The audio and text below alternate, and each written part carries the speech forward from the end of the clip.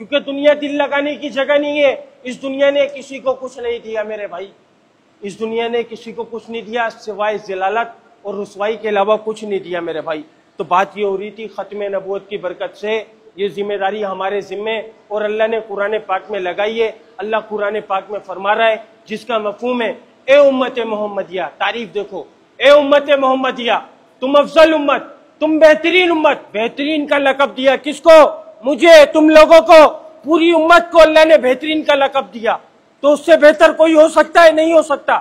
بہترین امت, تم افضل امت. تمہیں بھیجا گیا کس لیے؟ نوٹ کمانے نہیں, مال بنانے نہیں, ایک دکان سے دو دکان, ایک مکان سے دو مکان کرنے نہیں. مفہوم بتا رہا ہوں جس کا میرے بھائی, یہ تھوڑا سا اپنی طرف سے بتا رہا ہوں, میں آپ کو سمجھانا چاہ رہا ہوں کہ یہ بات ہمارے دلوں کے اندر اتر جائے. اس بات کے آیات کا جو واضح جو صاف لفظ ہے وہ یہ کہ اے امت محمدیہ تم افضل امت, تم بہترین امت, تمہیں بھیجا گیا لوگوں کی نفع رسانی کے لیے. تم بھلی باتوں کا حکم کرتے ہو, بری باتوں سے منع کرتے ہو اور ایک اللہ پر ایمان رکھتے ہو. پھر ایک اور جگہ ارشاد فرمایا کہ بھلا اس سے بہتر کس کی بات ہوگی جو لوگوں کو اللہ کی طرف بلائے, بھلی باتوں کا حکم کرے, بری باتوں سے منع کرے. ایسے لوگ پورے فلاح پانے والے ہیں جو اس کام کو کرتے ہیں. تو میرے بھائی یہ کام ہم سب کی ذمہ داری ہے اور خدا کی قسم اس ذمہ داری کا ہم سے پوچھا جائے گا. اسی پیغام کو آپ لوگوں کے پاس لے کر آیا تھا. بقایا معذرت چاہوں گا, آپ لوگوں کا وقت لیا میرے بھائی, بڑا قیمتی وقت تھا آپ لوگوں کا. بولا تو 5-7 منٹ تھا لیکن رکا نہیں جاتا بھائی. بات ایسی ہے نا کہ نکلتی رہتی ہے, بات کرنے پہ آؤ نا بات ہوتی رہتی ہے, تو اس کے لیے معذرت چاہوں گا. بولا تو 5-7 منٹ کا تھا لیکن ٹائم اوپر نیچے ہو چکا ہوگا, اتنا مجھے اندازہ ہے میرے بھائی. کیونکہ یہ بات ایسی ہے, بول ختم نہیں ہو سکتے, ہم ختم ہو جائیں گے, ہم مر جائیں گے, ہم کھپ جائیں گے, پورا جہان دھس جائے گا, لیکن اللہ کی بڑائی کبھی ختم نہیں ہو سکتی میرے بھائی. اللہ تعالی ہم سب کو یہ یقین بنا دے کہ موت سے پہلے موت کی تیاری کرنا ہمارے کو نصیب فرما دے اور ہمارا خاتمہ لا الہ الا اللہ محمد رسول اللہ کے اوپر عطا فرما دے. سبحان ربک رب العزت عما یصفون والسلام علی المرسلین والحمد للہ رب العالمین. آمین برحمتک یا ارحم الراحمین. اللہ تعالیٰ سب کا